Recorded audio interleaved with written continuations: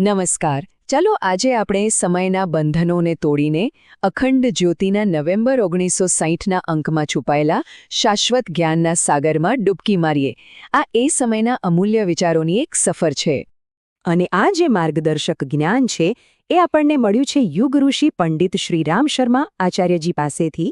આપણે જે શબ્દો અને વિચારોને સમજવા જઈ રહ્યા છીએ તેની પાછળની આધ્યાત્મિક સત્તા અને વારસાને આપણે ખૂબ આદર સાથે સ્વીકારીએ. તો આજના આપણા પ્રવાસમાં આપણે શું શું જાણવાના છીએ? આપણે શરૂઆત કરીશું આંતરિક શાંતિના પાયાથી, પછી સાધનાના માર્ગને સમજીશું, આપણી અંદર રહેલી મહાનતાને કેવી રીતે જગાડવી એ જાણીશું, એક ઉમદા વ્યક્તિત્વનું ઘડતર કરીશું, રોજિંદા જીવન માટે જ્ઞાન મેળવીશું અને અંતે એ અખંડ પ્રકાશની વાત કરીશું. તો સૌથી પહેલો અને સૌથી મહત્વનો સિદ્ધાંત છે આંતરિક શાંતિનો પાયો. જુઓ, કોઈ પણ આધ્યાત્મિક પ્રગતિની ઇમારત આત્મજાગૃતિના પાયા પર જ ટકેલી છે. સાચી શરૂઆત હંમેશા પોતાની અંદરથી જ થાય છે, બીજે ક્યાંયથી નહીં. આ પત્રિકામાં જે સૌથી પહેલા અને સૌથી જરૂરી પગલાં પર ભાર મૂકવામાં આવ્યો છે એ છે આત્મબોધ, એટલે કે પોતાની જાતને ઓળખવી, પોતાના સ્વને જાણવું.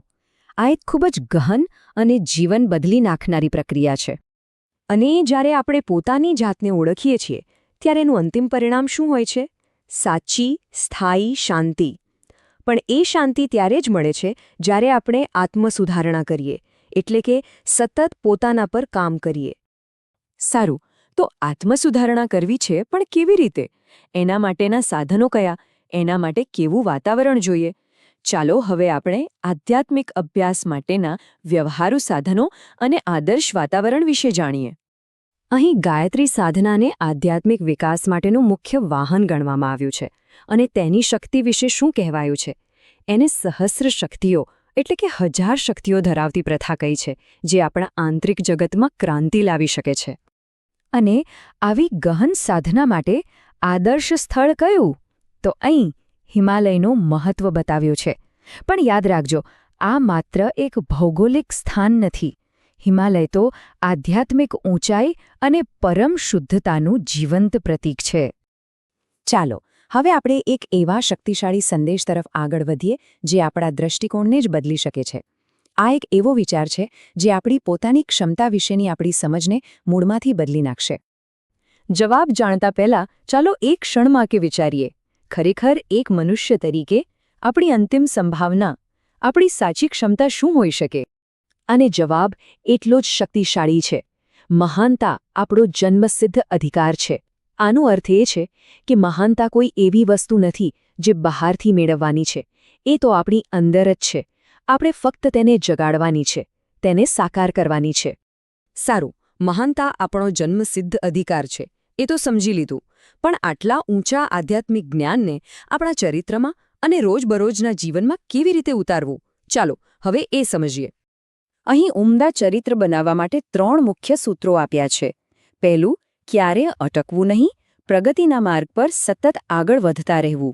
બીજું, આપણું વ્યક્તિત્વ છીછરું ન હોવું જોઈએ, એમાં ઊંડાણ હોવું જોઈએ. અને ત્રીજું, પોતાના નાના નાના સ્વાર્થની સંકુચિત દુનિયામાંથી બહાર નીકળીને વિશાળ દૃષ્ટિકોણ કેળવું.